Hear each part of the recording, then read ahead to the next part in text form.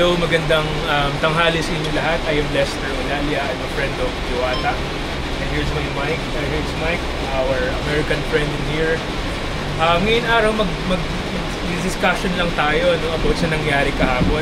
Kasi grabe karumal-dumal naman ng mga... Gusto ko yan. No? Marami kasing nagulat at marami din mga social media ngayon na parang ang daming nag-react. Yes. Patungkol doon sa pagpapail natin ng COs. Mabuti na lang na dito sa Sir Lister. Ako naman, ayoko mag-comment. Hayaan ko lang sila kung anong gusto nila sabihin sa social media. Basta ako, nag-file ako na alam ko naman na itong ginawa ko ay makakatulong para sa lahat ng mga vendors. At yun naman talaga, nagbukasin ng vendor party list. Yes. Kaya Sir Lister daw, mayroon daw siyang gustong sabihin. May gusto kong sabihin, napaka-ikli lang. No? Unang-una pinag-uusapan natin ay party list. Yes. Vendor party list is the first and only party list na pumoprotekta sa karapatan, sa pangangailangan ng mga vendor. Wala pang party list before ng vendor, di ba? Wala pa. Pero gusto natin malaman ano nga ba ang party list. Sabi sa atin pong constitution, sa atin pong saligang batas, di ba? Sa Congress, meron tayong congressman. Yung mga congressman na yon, sila yung mga tinatawag na district congress representative. Sabihin, bawat city may mga representative. Pero ang party list ay kakaiba. Ang party list ay tinatawag na sectoral representation. Yung mga nire-represent nila, yung mga marginalized. Ano yung mga marginalized? Vendor, pasok. Magsasaka, pasok. Mangingisda, kabataan, teachers, at iba't ibang sektor. Kasi gusto ng atin pong saligang batas na mabigyan din ng representasyon yung mga nasa ibaba. Pero sabi ng Korte Suprema na hindi na lang inaalaw na kailangan ikaw ay belong sa sektor na yon para maging kinatawan nila. Pero sa tingin ko mali yun. Ano ba ibig sabihin nun? Halimbawa na lang ang sektor ng magsasaka. Payag kayo ang sektor ng ang magrepresenta sa sektor ng magsasaka may-ari ng lupa. Payag kayo na ang nagrepresenta sa jeepney driver hindi man lang nakasagay ng jeep. Kaya nandito si Diwata. Yes. Kasi napakaliwanag ng party list system eh. The party list system represents the marginalized. Si Diwata ay isang nagtitindero, negosyante. Isang certified na vendors. Alam natin sobrang, kung titignan natin ang qualification ng atin pong gobyerno, pagtakbo sa gobyerno, napakadali lang, no? Ano yung mga yon? Natural born citizen, dapat nasa tamang edad.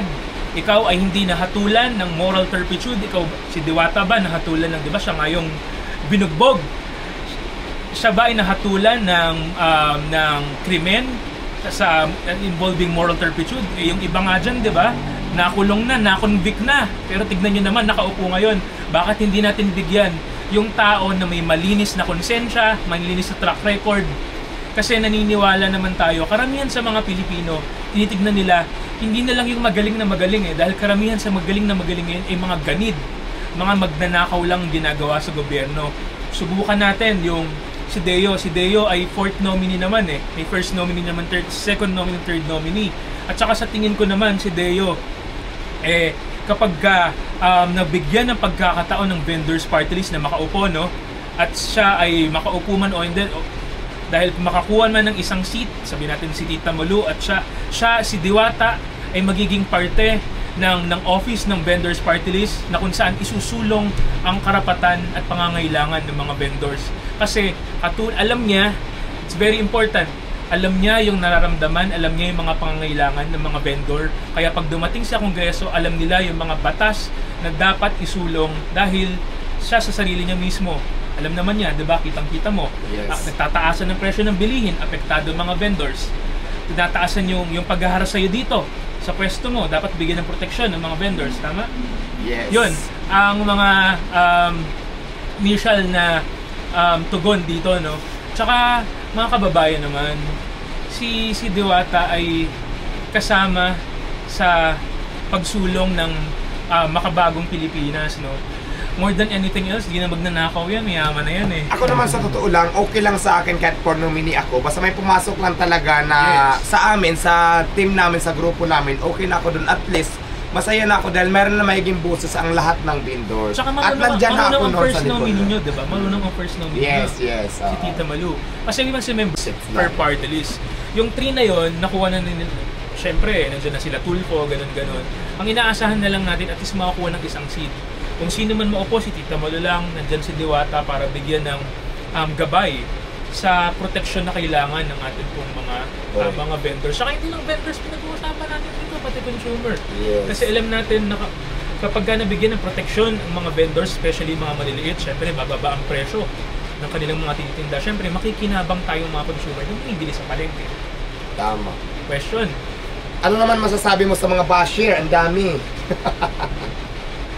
Diwata, siguro yung nangyari sa iyo nakaraan, training mo na yon dahil sa nangyayari ngayon. Because we must remember in politics, whether you're doing Yes, good tama. or you're doing bad, they will always criticize you to what you do. Yes. Pero ikaw naman, alam mo sa sarili mo Oo. na para sa kabutihan lang yung ng kapwa, wala kang inaagrabyado.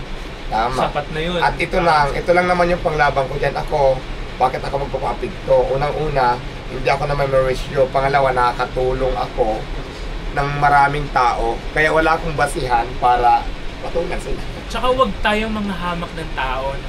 Karapatan na naliwanag sa saligang batas, the Equal Protection Clause of the Constitution. May karapatan ang lahat ng Pilipino na tumakbo, ihain nila ang kanilang sarili sa bayan, as long as meron silang good intention. Kaysa naman pumili tayo ng paulit-ulit dyan, na umuupo nga sa Kongreso. Gusto ko nang marahin. Pero kita nyo naman, nakaupo lang sila doon at wala namang ginagawa kundi magpayaman lang ng magpayaman. Dito na tayo sa tingin natin na makakatulong, natutugon sa problema ng sektor ng mga mahihirap. Dahil siya mismo naranasan yan maging mahirap. Si Diwata man, kung bibigyan man nila ng actually ngayon binibigyan na siya ng responsibility, no? Pero kung dumating na yung panahon na talaga mabibigyan ng pagkakataon ng taong bayan na sila'y maupo, si Diwata ay i-encourage natin na mag-continue ng kanyang education, no?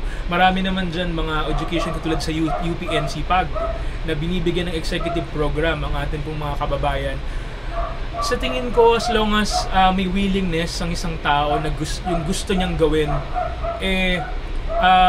wag natin silang i-stop na mangarap, 'di ba? Katulad si Diwata, ano ba si Diwata dati, 'di ba? Nasa ilalim ng tulay. Etong ginagawa niya ngayon, napaka-successful lang yung negosyante. Siya ba ay nag-aral sa pagiging negosyante? Nag-aral ka ba ng business? Hindi, pero pinakita niya na kaya niyang gawin, napaka-successful niya yung negosyo niya.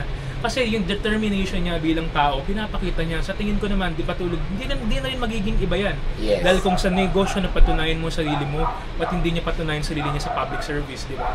So, sa sagot na sinasabi niya, ay sa tanong niya na magluluto ng pares, hindi. Kasi, lawmaking naman tong ginagawa natin at gagawin nila na to eh.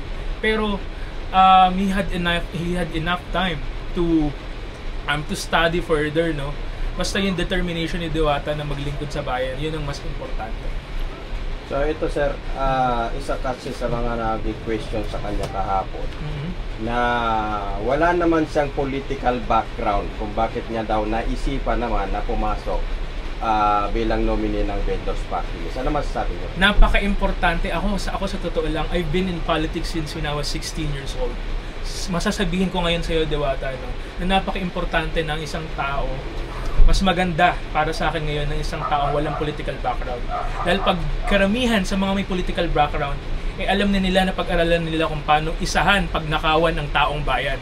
I would rather have someone who had less experience in public service na pag pumasok siya doon, malinis at good intention lang yung gagawin niya. Kaysa naman maraming alam sa politika, puta, pinagnanakawan lang naman ang taong bayan. Si Diwata, they can speak whatever they want, they can say whatever they want, pero one thing they cannot say. Hindi nila pwedeng sabihin na si Diwata ay magnanakaw sa pera ng taong bayan dahil siya na-establish niya na yung sarili niya at sapat na yun para pagkatiwalaan siya ng taong bayan.